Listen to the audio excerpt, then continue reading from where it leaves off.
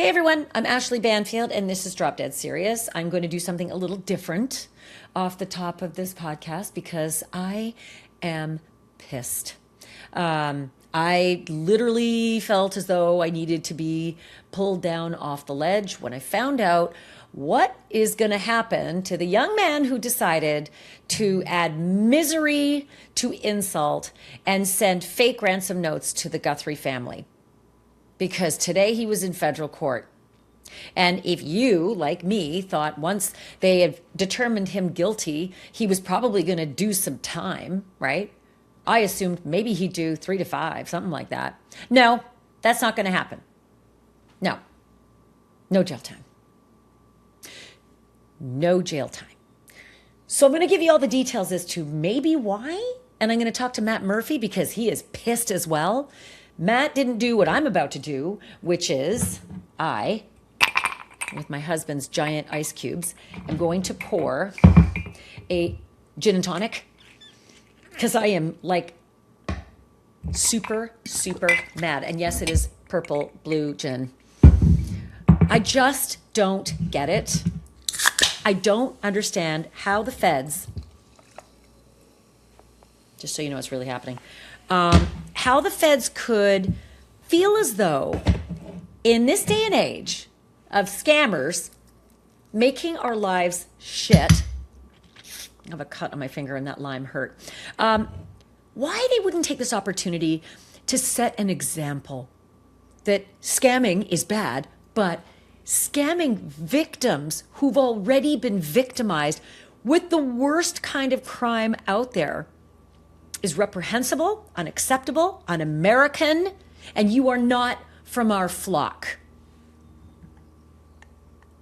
By the way, purple gin, I only found out about this lately, and I quite like it. It doesn't taste purple. It just, I guess, looks purple. It's really strong.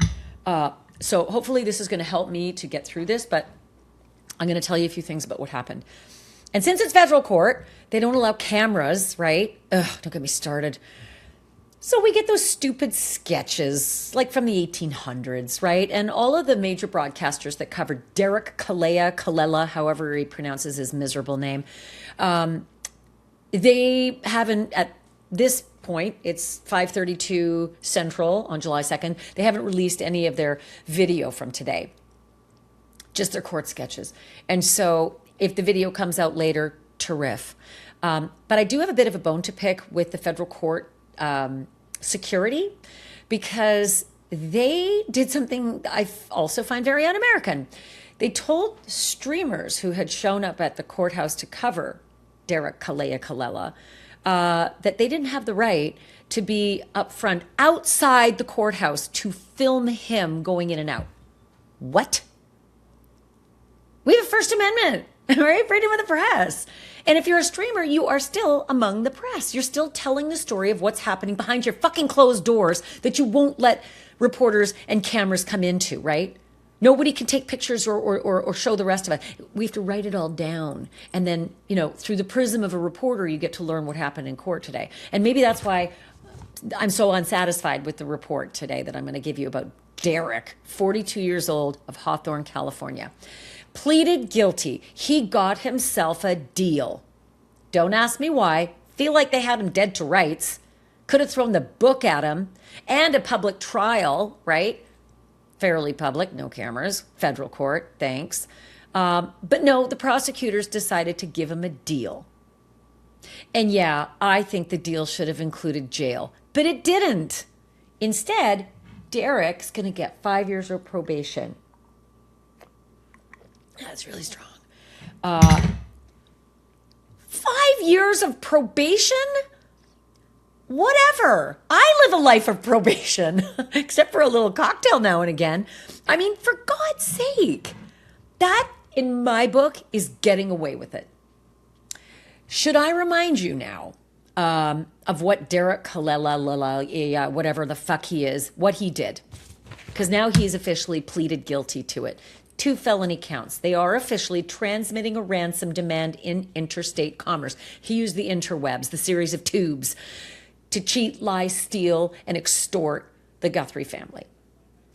because he heard the story on the news that Nancy Guthrie was missing. So he just thought he'd get his piece. Second charge was using a telecommunications device with intent to abuse, threaten, or harass. Remember that last word, harass, okay? Because that's going to rear its ugly head in a minute. So here's how this all played out. Nancy Guthrie went missing on February 1st. It's a Sunday, right? But she really went missing on the Saturday night to Sunday morning overnight. So all of Sunday plays out Feb 1. And most of Monday, Feb 2 plays out. And it's all over the news. National news, the whole 9 yards. And there's a ransom letter that comes in around 6:42 p.m.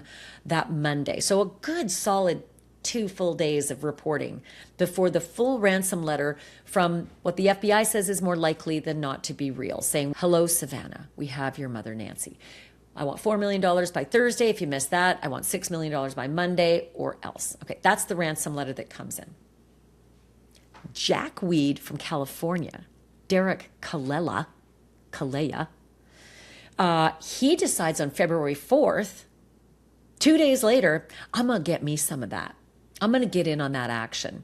I am going to bleed the Guthrie family further for some of my own money. That's what he decided to do.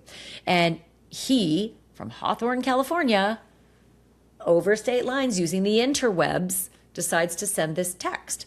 And again, it's either to Annie or Tommaso, but it's to that couple because he found their numbers. And says this: "Did you get the Bitcoin? We're waiting on our end for the transaction." It's a bit nebulous, right? What's being said there, but effectively saying, "I'm your kidnapper, so send me the money."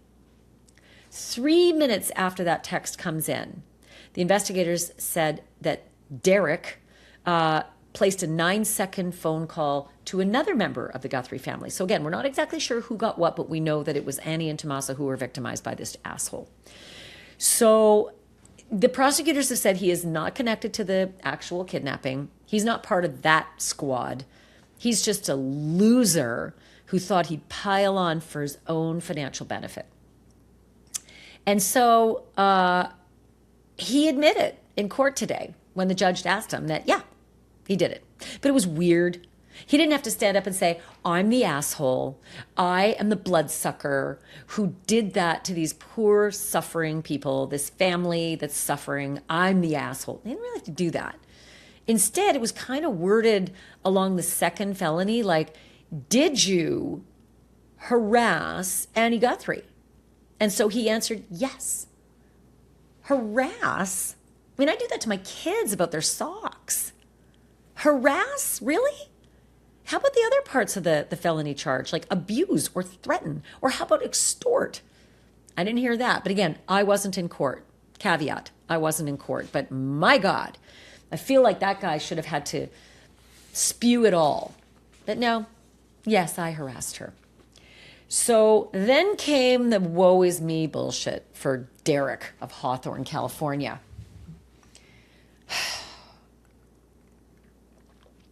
We had to talk about his drug use. Apparently, he likes meth. I don't know if he's a meth head from 5 months ago. I don't know if he's just recently a meth head. But effectively, he had to tell the court that he tested positive for meth. This is what the prosecutors told the court. And guess what? He was out on bail. And the conditions were no drugs, no alcohol, right? So he violated his conditions of bail. Yeah, I look at that as an extra offense, meaning you should be further punished for that, but I don't think they did in this case. He also admitted to the federal courtroom that he had used drugs 4 days before this hearing. Oh, you knew this hearing was coming and still, okay, right, good judgment. And then the judge asked him, "Are you under the influence today?" And he said no. And I guess we're just supposed to believe him. I guess so. That's just the way I guess it works. So he's getting 5 years of probation. Some reports said he was getting 10, but it appears it is actually going to be 5. And maybe it's 5 and 5 concurrent. I can't be 100% sure because, again, I wasn't in court and I don't have the documents yet. But it appears at this point, through most of the reporting, that he's going to get 5 years probation. Wah. Boy, that must be rough. Not a minute behind bars. So do you see why I poured something so effing stiff? Because honest to God, I was waiting for this day. I was waiting for a judge to say, no more, no how. A, you internet scammers suck, and the rest of us are done with you. We hate you. You're ruining our inboxes. You're ruining our lives. You're draining people's fortunes. You're going after seniors. You're going after victims whose mom was taken. That's the level of this douche. I mean, God, he's like the worst of them. He's not just getting money, he's soul sucking. 5 years probation. So you got to report to your probation officer. And maybe you got to lay off the meth for 5 years. I will say this as well. Again, I wasn't there, but one of the local journalists who was covering this actual hearing today, his name is Ricky Vasquez, local journalist. He said this, quote, Callella, whatever, violated his release conditions by using drugs. His most recent drug test from today was positive for meth. So did he lie in court when the judge said, did you use today? And he said no. Well, Ricky Vasquez says his most recent drug test from today was positive for meth. Maybe it was in his system. I don't know. At this point, I don't give a shit. I'm so angry. Ricky Vasquez continues to say, as a result, the judge added to his release conditions that he is to be admitted into a residential treatment facility. So he gets to go to rehab. I, for one, would love to go to rehab. I would just love the rest. I would love the break. I would love the authenticity of it. I would love the serene nature of it. I would love someone to cook for me. So this jackweed is going to get the harsh punishment of going to rehab. Poor guy. I hope his withdrawal sucks, if he's even going to have it. I don't even know how much the meth is a part of any of this. Seems to be a bit of a recent story. I don't know, about 5 months ago when he pulled this horror show and did this to the Guthrie family. There are a couple of other people out there right now doing this to the Guthries, right? What kind of a message does any of this send to them? Hey, don't worry about it. Take your shot. 5 years probation. You could probably do your scams while you're at home. And you're probably going to be, having a cocktail with it. Because honestly, how many people on probation are out there at a bar with a firearm, violating it nonstop? Really? So look, I don't know. The gin is not working. Clearly, the gin is not working. But I don't know if the judge in this case, when the sentencing is actually upon us, and that's going to be September 10th, I don't know if the judge is going to stick with this. Judges have a lot of power. They can tell the prosecutor and the defense attorney to go fuck themselves. If they don't like the actual deal, they can do that. And they do. I've actually seen a judge overturn a recommended death sentence from a jury before in Florida. Holy shit. But that happens. It happens. This is federal. And I'm not exactly clear on just sort of how much power these federal judges have, but I sure hope that this one's as pissed as I am and doesn't have the bottle of gin that I do. So that when it comes time to actually sentence Derrick Callella, there's more consideration for the rest of us out here in the flock who are severely pissed, because this stuff happens to us on a much smaller level, right? Every day you're getting scammed, aren't you? If you're like me, my inbox is full of it. I have to sift between it and block and block. I block all day long and it still keeps coming in, right? And I'm barely a victim of it, given what this fucker did to the Guthries. Now that is crime. That is real, evil, mean crime, for which he'll get 5 years. 5 years probation, unless the judge determines otherwise. And I sure hope that judge does. So I called Matt Murphy. He's a homicide prosecutor from California. He's very good at his job. And he's also really pissed about this too. He deals with bad guys. He's done it all his life. And he was as surprised as I was that this deal was the result. Here's our conversation. Matt, what do you make of this, this suggested sentence of 5 years probation? Not very much. to be honest with you, Ashley. This is look, this is a real problem in the modern era, and I'll share a story. I just had a thing with my assistant where we got an email that came our way, and it appeared to be from my website designer. So maintaining a law office, I've got a website, and it's the guys that put it together for me are great.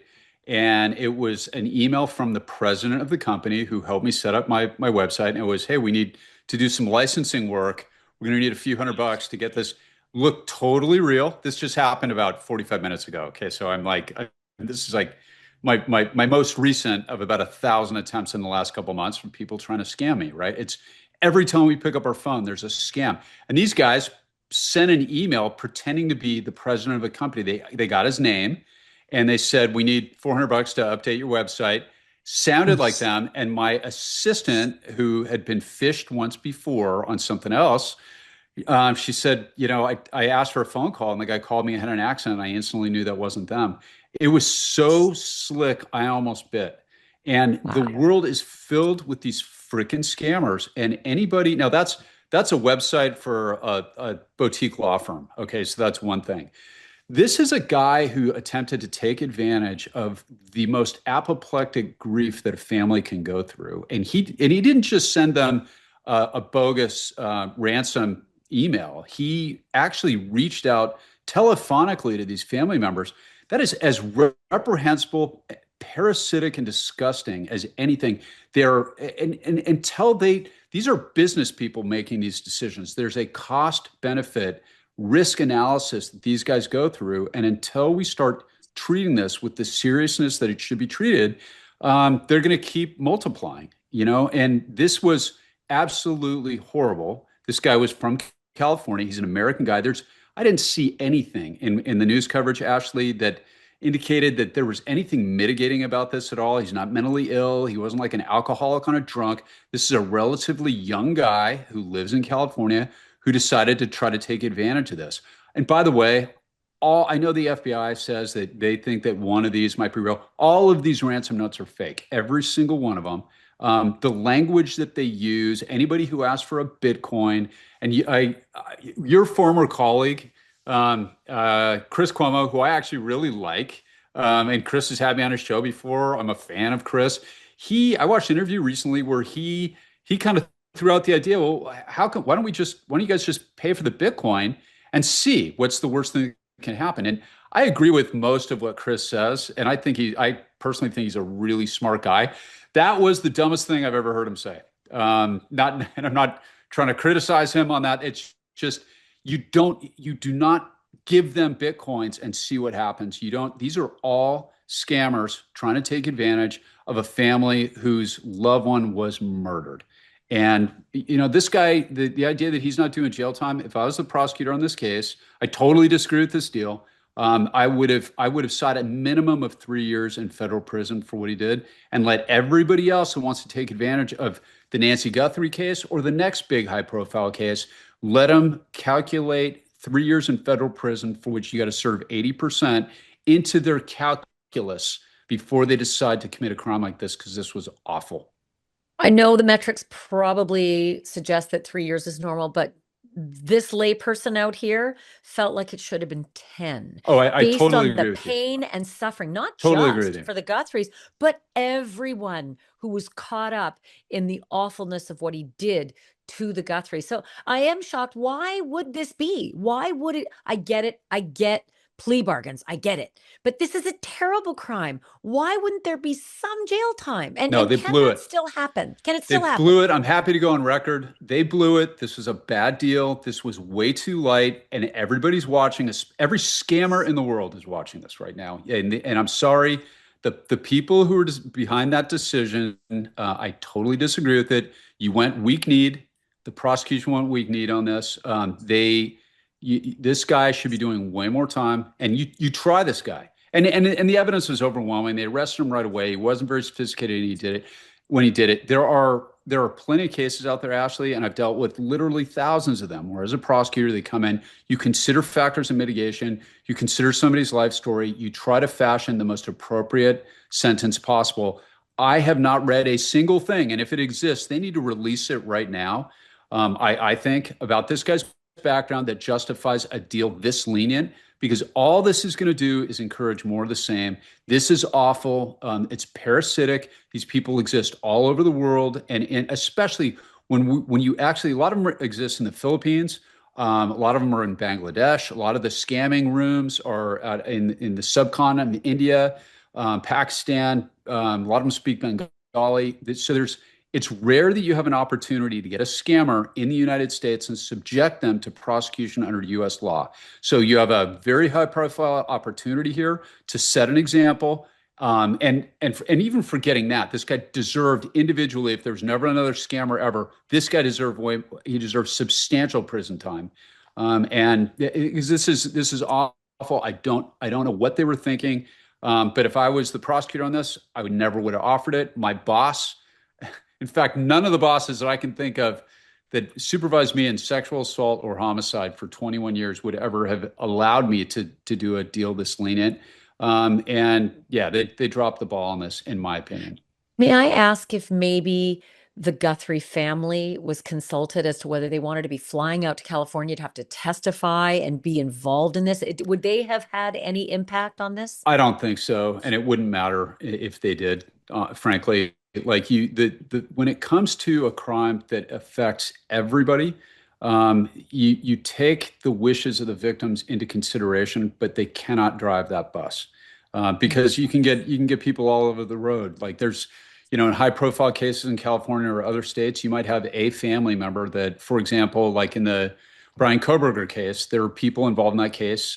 Some of the families that weren't supportive of the death penalty just ideologically or religiously, but there were other people that very much were. That's another one where I think the prosecution blew it. I've been on the record, I think, on your show. I was very critical of the prosecutor on that. I stand by every word that I said on that because it affects the larger community as a whole. And there's no better example of that in the modern age of online cyber scamming than something like this. This guy should have been hammered, and he wasn't. And I don't know who made this call. I don't know who blessed this call. My only hope is that the federal system is a little bit different than state systems. The federal judge, my understanding on this case, they could still take this away and reject the no jail time offer. I've had some federal cases where, in state court, the way it works is your deal is with the prosecutor, and it's very, very rare that a judge will refuse to accept a negotiated disposition between the defense and the prosecution. In Although federal I have court, seen it. In federal court, it's not that rare. So that's my hope that the federal judge is going to think twice about this and not go along with this deal. So then does the federal judge sort of rule by fiat what the sentence will be? The federal judge will have independent discretion to impose a sentence, but in the agreed upon disposition here, the prosecution and the defense have agreed incredibly in a no jail time disposition. And what I read was a 10-year probationary period. So I don't know if that federal probation, there's two ways you can do it. There's informal and formal. If it was a 10-year formal probationary period where he had to report to a PO once a week, then maybe there's a pound of flesh that becomes a little more palatable to me. But this guy, in my view, should be in federal prison. I don't think it is. I don't think it is 10. I think it's 5 and 5 concurrent. I'm not 100% sure on that. I'm still waiting for documentation, but some people reported 10. Others are saying it's 5, which just makes my skin crawl. But what are you saying then the federal judge can do and what can't the federal judge do? Federal judges have a lot of power, Ashleigh. And on September 10th, when the sentencing rolls in, the federal judge, I believe, and I haven't read the actual documents in fairness, so I want to hedge my bets here a little bit. But a federal judge, I think, always has the power to reject a plea on the date of sentencing, or a lot of times, depending on how they wrote it up, the federal judge can impose their own sentence. That's my curiosity. How big can the judge go? Well, the judge theoretically could go to the maximum of the federal sentencing guidelines. And I haven't represented a guy like this. And frankly, I wouldn't represent a guy like this, a scammer who gets caught trying to take advantage of a murder victim's family because there's money there. I'm lucky enough in my practice, and I'm Not throwing shade. I'm not judging any lawyers that would defend this guy, but I wouldn't, because this is disgusting to me. And but so I haven't done one of these, Ashley, so I don't know the top upper echelon of what he could be, what he could receive. But this is, this was using, it's across state lines. He pled to an attempted extortion, attempted ransom. These charges are very serious, and he is a convicted felon now. So there's at least there's that. I think he should lose his right to vote federally. There are implications that go along with that, but I'm with you. This guy should have done a substantial custodial sentence and taken a real hit in his life. And I felt so too. I was yeah, so disappointed, honest to God, because we are currently dealing with what are likely scammers who continue, through 1,000 paper cuts to hurt this family that's right. and to string everybody else along as well, including law enforcement, which is not just hurting, the flock and the family. It's also draining valuable resources to try to track down who these monsters are, whether they're real or fake. It's draining. Yep. No, they have, and remember, and that's a great point. The amount of resources that have to get poured into every one of these things, they have to try to figure it out because right now she's still missing, right? There's zero doubt in my mind she's been dead for a long time, as Mhm. harsh as that may sound. But she's still missing, which means that's like the top priority for an investigative agency. I don't think Chris Nanos is doing anything on this stuff. I think this is all FBI. I think the FBI is kind of our only hope here of actually getting any justice in this case between you and I and your audience. I have zero confidence in him, and even less so in Laura Conover, the district attorney. I've talked about this with you before. Leadership matters on cases like this. She's never prosecuted a murder. She's never worked with an FBI task force. He apparently has been butting heads with the FBI all along. They need a complete redo of their top law enforcement in Pima County, in my I mean, the opinion. resources are already kind of struggling, with the existing infrastructure and the nanos, Yeah, that's regime. right. So this is just insult on injury, really, That's to right. be And they got to draining devote, yeah, they got to devote resources. agents to that, and they got to chase down these things. And I've done a couple of cases, Ashley, where I've been brought in as a fixer, where people have been scammed. And I had a small portion of my practice. I do that. I'll try to help people that are victims of scams. I've done some of those cases, and the language in these ransom notes is exactly the way these guys all talk. I mean, any experienced lawyer, any experienced fraud investigator literally could read one line into these ransom notes and probably not even finish because they already know that it's completely bogus. So for the people that do that, but the thing is, you still have to devote the resources. You still have to do the IP searches and see Mhm. if you can trace it back, because they have to treat it like there is an elderly injured woman sitting at the feet of these people as they're doing it, because they're still trying to find her. So that takes time, that takes resources, that takes investigative talent. All of that, chase these ghosts around from these absolute parasitic scumbags. Sorry, from around the world that will try to cash in on grief like this. And I don't know how many scam text messages you get a day, but Dozens. I mean, it's just constant, right? My voicemail right now, I have 244 voicemails right now, and it's all hey, your loan has been approved. Some of those may be like marginally legitimate businesses, but I know a lot of them aren't. And it's endless. And the way you stop it is you prosecute, and you make them pay a price for doing it. And it's so rare that we'll get one of these guys in the United States. They drop the ball. And you know what? My By the opinion.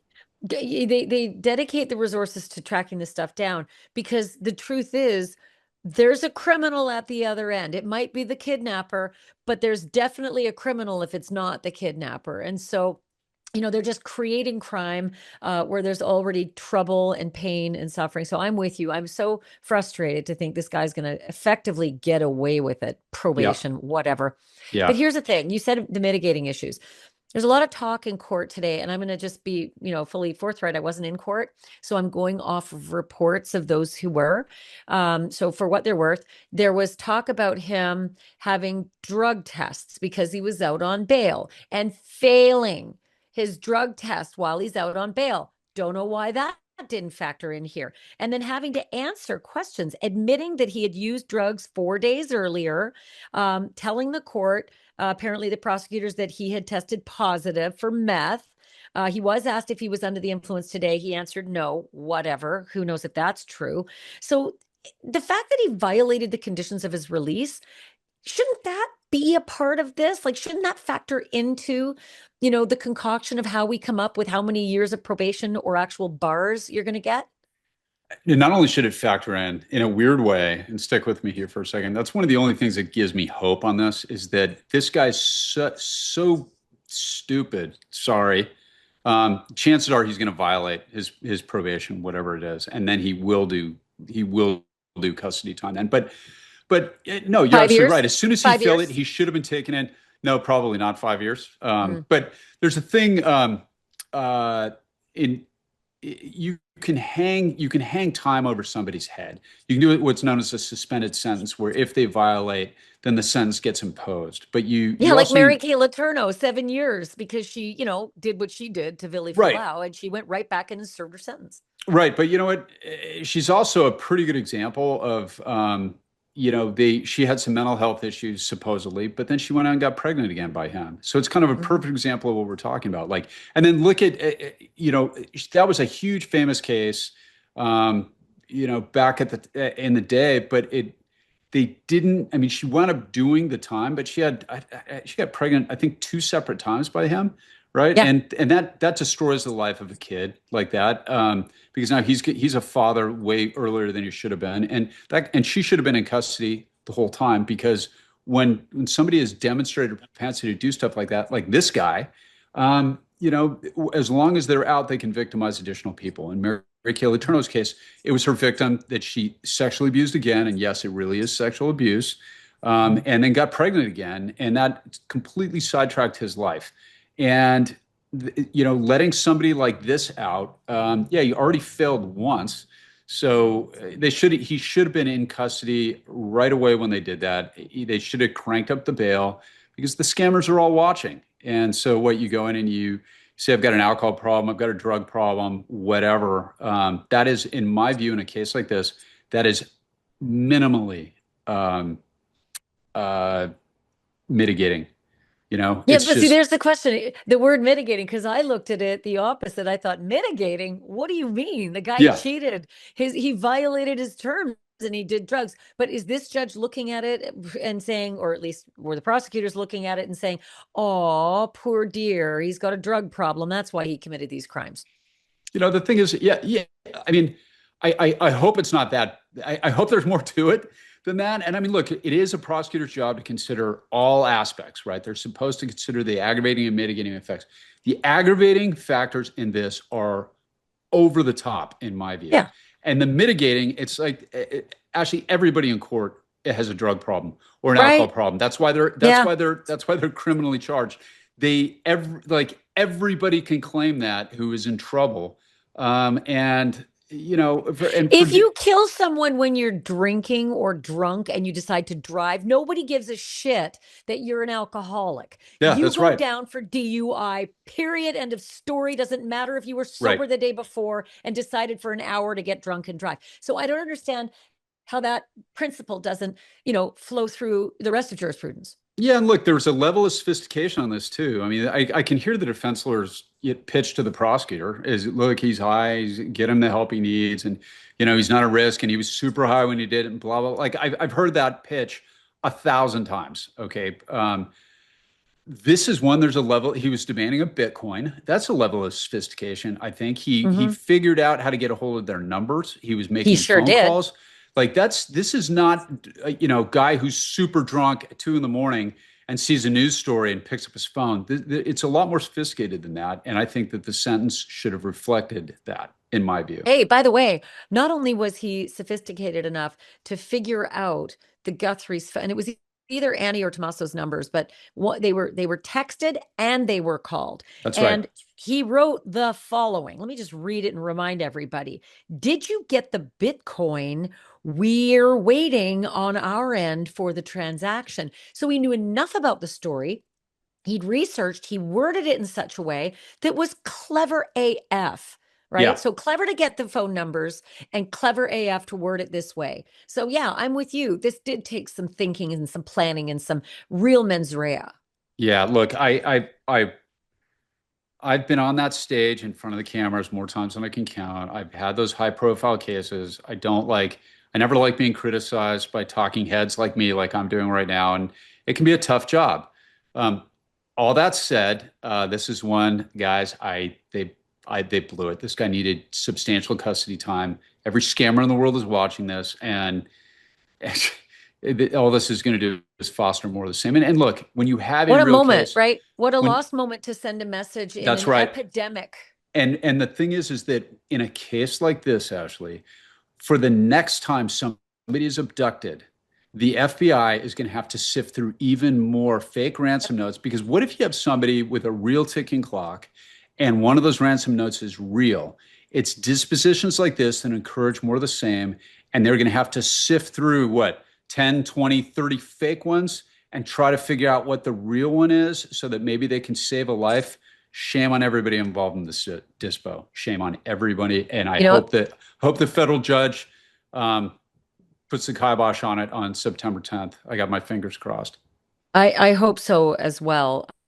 Because I hadn't even thought of what you just said, but the proliferation of phony scammers the next time this happens could actually lead to someone dying because, as That's we all right. know, time is of the essence. And if we're having to sift through the garbage and suddenly at the end of the queue is the real one, we already know that Nancy Guthrie could barely survive 24 hours with her medication without her medication. So I didn't even think of that potential ripple effect, and that is Yeah. And massive. what if the next one's a little kid?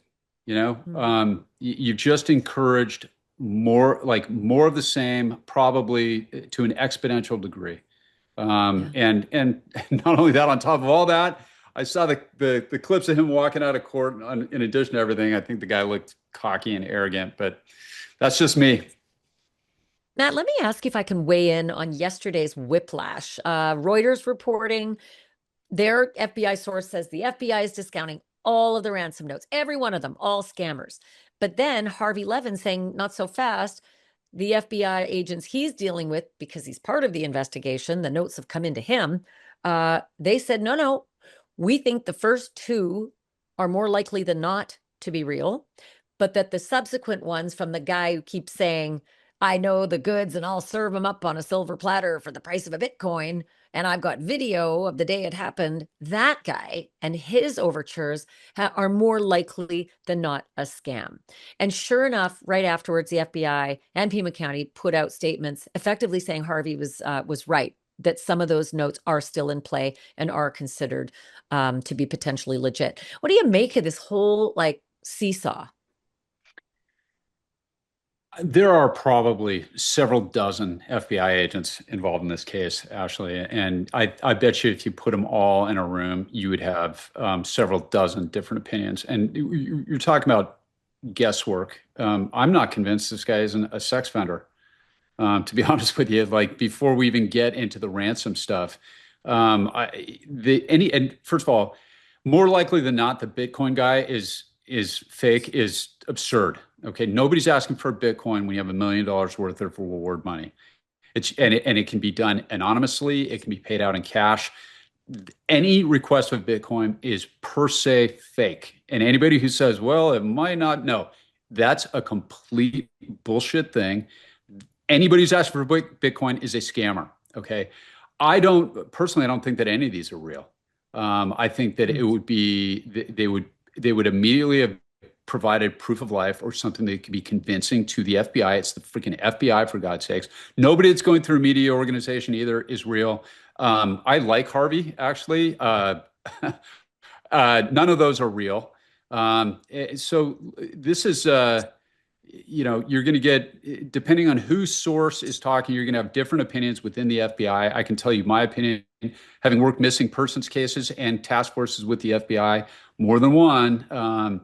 You're going to get a bunch of different opinions, and I am totally unconvinced that any of them are real. I've got some colleagues out there who believe very strongly that they're all fake, and I absolutely subscribe to their opinions on this. They're all fake. because if it was real and you had proof of life, why wouldn't you show it, especially with $1 million on the line that you could recover?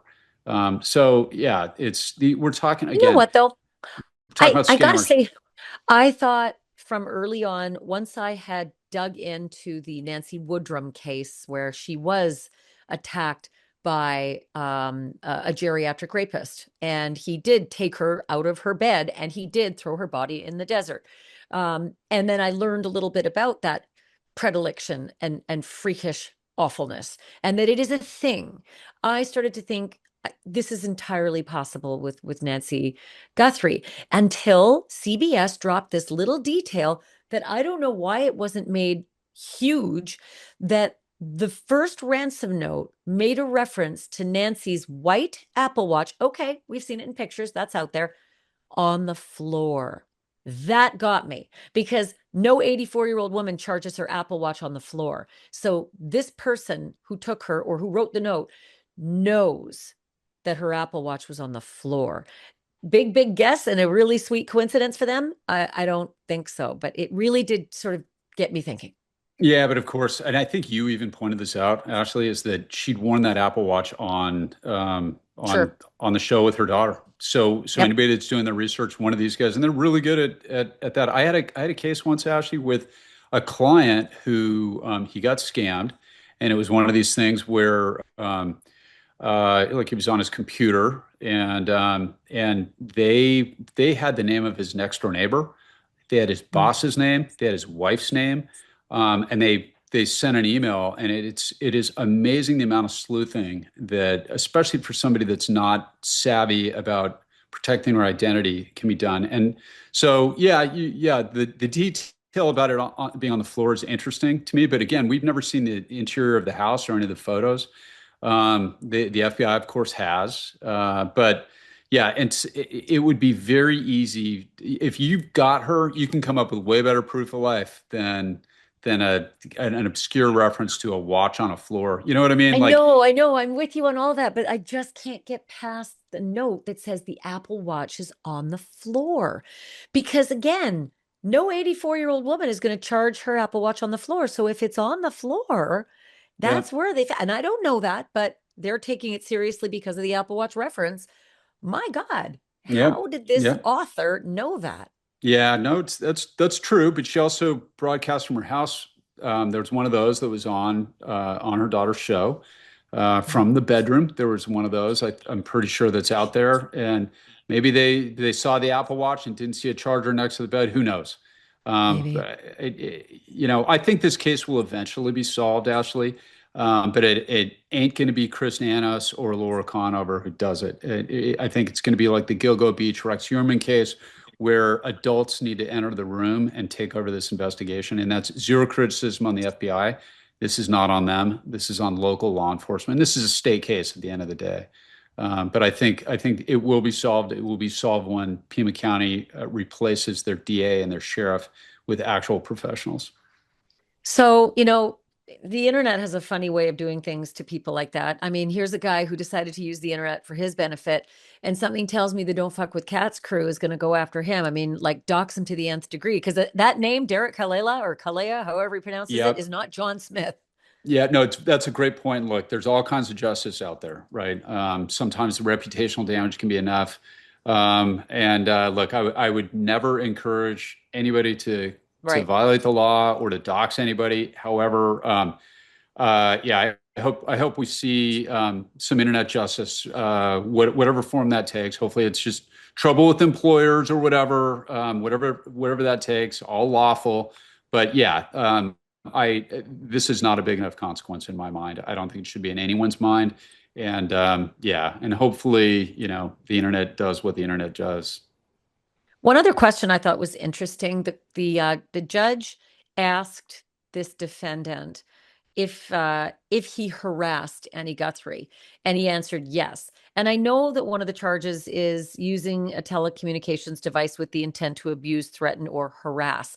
But harass was the least of it. You were trying to get money out of the pain and suffering of a family. Why did they just diminish it to, did you really mean to harass that nice lady? Well, that was a separate charge, and that's the word harassment was in there. How It's about threaten, abuse? Like, why didn't they yeah. say, did you mean to threaten, How about abuse, harass, and extort? Because extort? extortion, this is Exactly. also a form of extortion. It's attempted extortion. Yeah. This is the crime of extortion.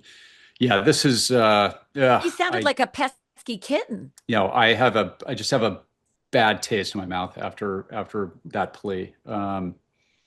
Yeah. Me too. That's why I called you. I knew you'd feel the same way I Yeah. did. And I Well, think thank a you for lot of letting me our, vent.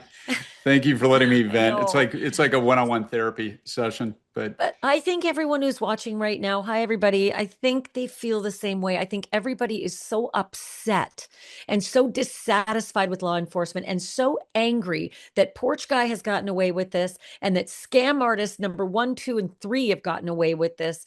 And so I think you're right. I think everybody kind of feels the same way, that it's time to send a message. And how did we let that one slip through our yeah, no, fingers? the clown show continues. Laura Conover, the DA, is terrible, in my opinion. We've all seen the Chris Nanos show and leading to absolutely nowhere. And now we got the federal version of it, where we can all be equally disgusted by that. This case represents multiple layers of the failure of law enforcement and prosecutorial agencies, in my opinion. And the voters of Pima County, the residents of Pima County, deserve a lot better than what they've gotten, as does the entire community in America and the world, in my view. And we had an opportunity to stick it to a scammer, and they dropped the ball. Yeah, the scammers, my God, they're the lowest form of scum these days. Yep, they And are. how are we going to get a handle on it if but for these kinds of cases? Um, Listen, thank you. I really appreciate it. I guess I don't usually say this, Matt, but I really hope he violates the terms of this probation and ends up stuck in a federal prison Yeah. for however long. I wished it was going to be at least the sentence itself, but I get it. There's No, I'm always a with little you. bit less. Yep. Yeah, let's cross our fingers for it. Thanks so much for Yep. this. Okay. Thanks for having me. All right, so there you have it. My great thanks to Matt Murphy for joining Drop Dead Serious. My thanks to you for not only subscribing. If you haven't, boing boing, please do. We love having you, and it really helps the podcast when you like it with the like thumb and when you subscribe. And it also is great when you join our membership. So thank you if you already have, and I encourage you to join if you haven't. We have some really fun members only events, and it's kind of there's gin, there's wine, there's other stuff too. But I will keep you posted on what the federal judge does on September 10th. God, I hope it ain't going to be the same as what's on paper today, though. Thanks for listening. Thanks for watching. And remember, truth isn't just serious, it's drop dead serious.